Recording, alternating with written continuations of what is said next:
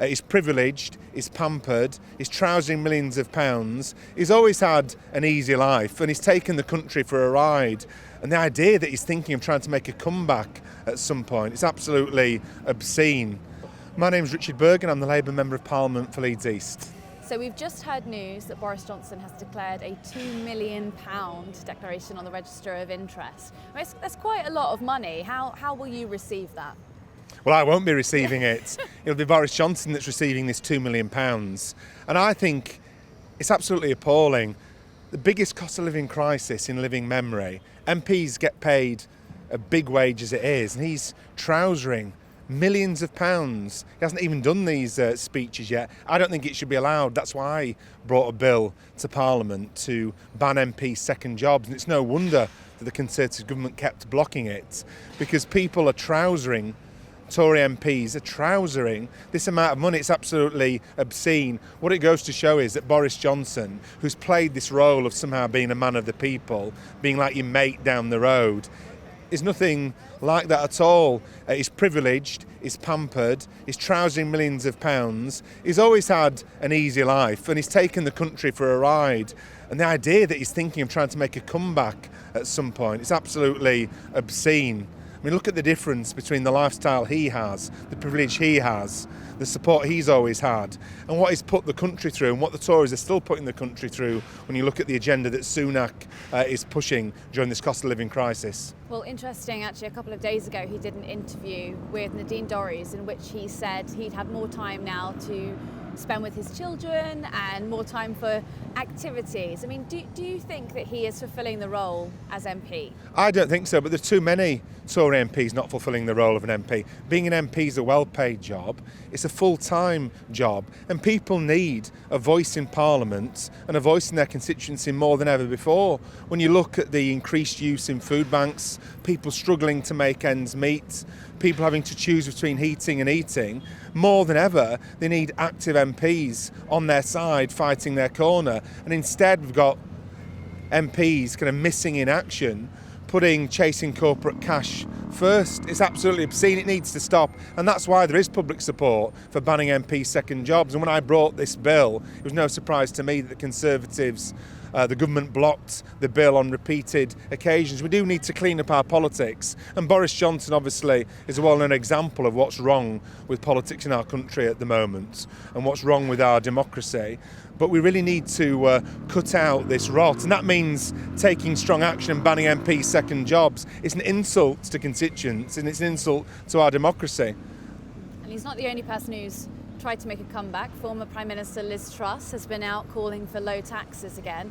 What do you think about her potential return into frontline politics?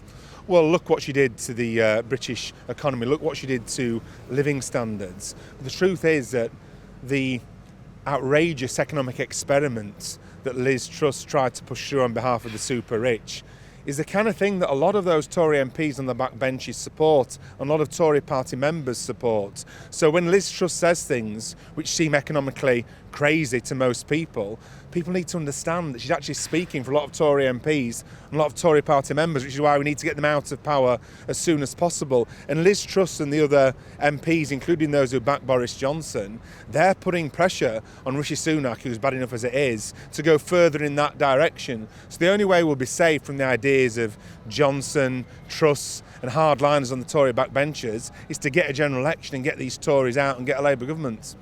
Now, I've seen you quite a few times out on the picket lines supporting striking workers. Do you think any of that support that you've shown is apparent in the Tory party?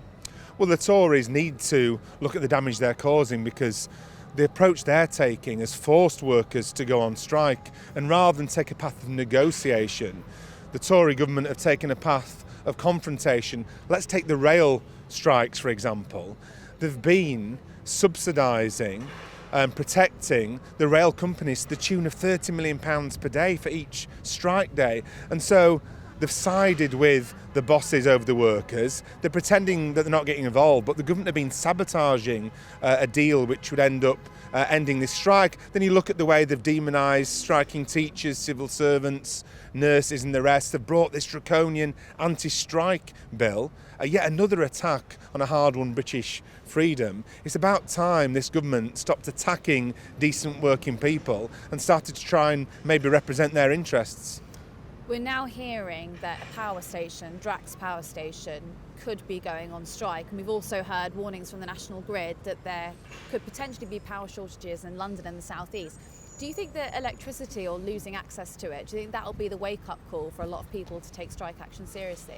Well, the company says that electricity supply won't be cut off, or they're saying the lights won't go out. That's what the company is saying. But look, this company has had profits of £700 million for a year. £700 million. They can afford to give the workers a decent pay rise. But it's yet another example, really, of profiteering, trying to allow workers to pay the price of this cost of living crisis, seeing their wages go down in real terms, but at the same time, profits being massive. £700 million profits, a lot. Just give the workers a decent pay rise and avoid the strike action. The answer's simple, really, if these bosses stop being so bloody greedy. Keir today, to mark Zelensky's visit to Parliament, he led Prime Minister's questions on reiterating his party's support, your party's support for the money that we're giving Ukraine and the support we're giving them. Do you think he was right to go off of that today?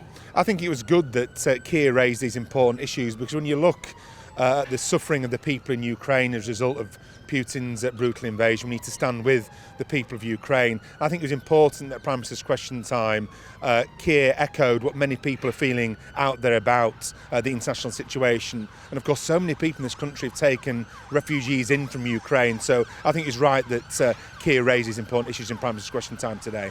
Knowing how much we've given to Ukraine, do you worry that in light of what's just happened in Turkey and Syria, that perhaps we're not giving our fair share? Well, I think we need to support people wherever we can, whether they're refugees fleeing war, whether they're people suffering as a result of natural disasters such as the earthquake or such as flooding in other parts of the world. I think we really need to make sure that Britain, as one of the richest countries in the world, contributes to international aid and contributes to supporting people all around the world. We need more international cooperation and a real humanitarian approach to people suffering through no fault of their own all around the world. I think that needs to be a defining part of what any government does. So I want to see Britain as a beacon for human rights, humanitarian relief around the world. I think that's what we need to move towards.